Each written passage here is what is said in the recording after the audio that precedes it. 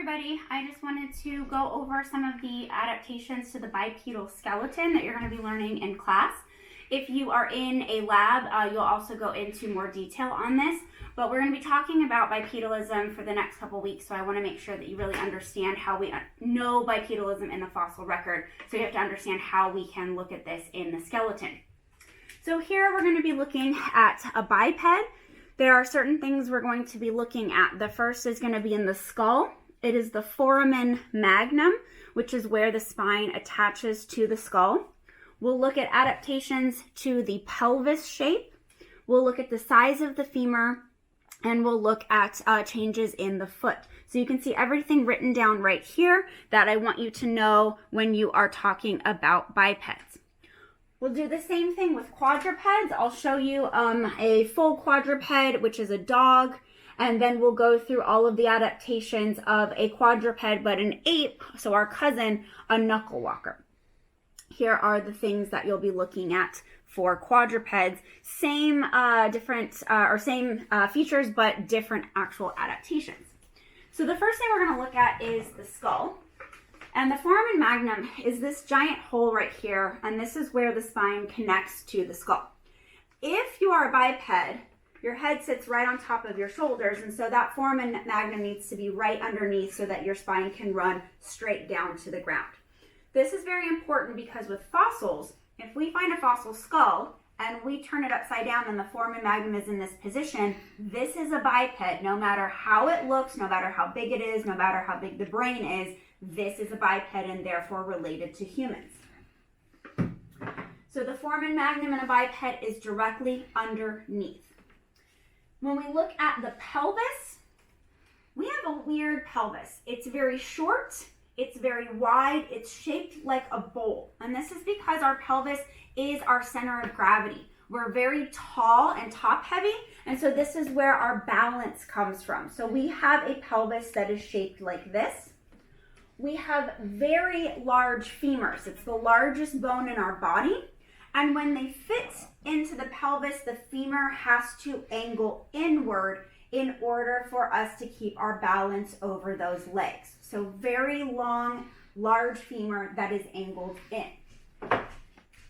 Finally, when we look at the foot, our foot has no opposable big toe. It's not like a thumb.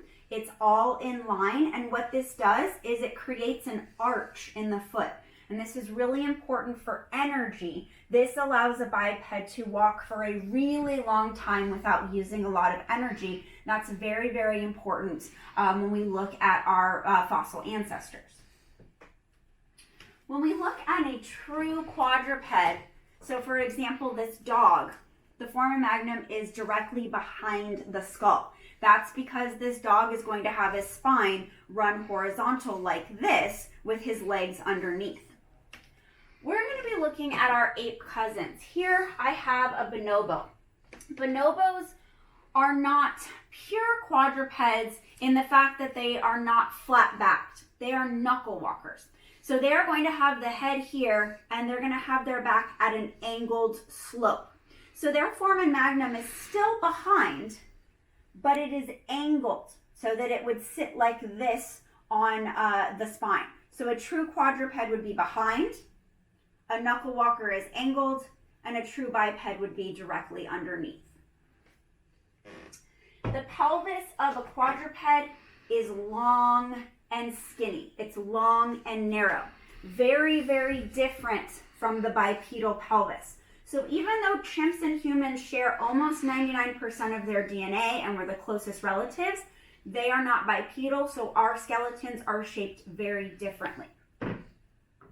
Secondly, an ape femur is a lot smaller, okay? Apes have much more arm strength than we do. Their arms are much larger. Their back legs are not used as much, and so their femurs are smaller. When it attaches, look at how straight the femur is, okay? If that femur were angled, it would hit the pelvis and not be able to walk. So they have a very different gait, and that actually makes sense because if you've ever seen an ape stand up and walk bipedally, which they can do for a short period of time, they have to kind of waddle back and forth. And that's because their femurs aren't allowed to really bend inward and give them that balance. They have to kind of sway their upper body in order to walk. Finally, we have the foot of an ape. It looks the same as a hand. They have an opposable big toe, and they can use their feet in the same way they use their hands. They have grasping ability. And this is because they still live in trees, and they're utilizing trees to either sleep or find food, so they need to have those grasping toes to climb those trees. Bipeds were spending more and more time on the ground until they became completely ground dwelling, so losing that opposable toe makes sense. Okay, so for bipedal adaptations, we're going to look at my assistant here. And basically you can see that the foramen magnum, the spine, is going to run straight down. There is a double curve to the spine. We have that broad, wide pelvis. And then if I can turn him, the femurs are going to be slightly angled. And then we're going to go down to the feet, which are all in line with the toes and no opposable big toe. All right, so we're going to look at a regular quadruped, which would be like a monkey or a dog or a cat who keeps making appearances in my videos. You're going to have arms and legs that are the same length. That's going to make a flat back. But you can see here, the foramen magnum makes the spine run in a straight line, so the head is down. So this shows you that this person is not a quadruped, right? Because in order to see, they'd have to really crane that neck back, which is not going to be normal. Also, on a quadruped like this, hands are going to be flat, feet would be flat on the ground. Okay? In something like an ape, what we see with knuckle walkers is somewhere in between. And this is important for bipedalism because it is theorized that our ancestors started with knuckle walking and then kind of evolved into bipedalism. And so what you see here is the angle of the back is not flat, it is sloped down.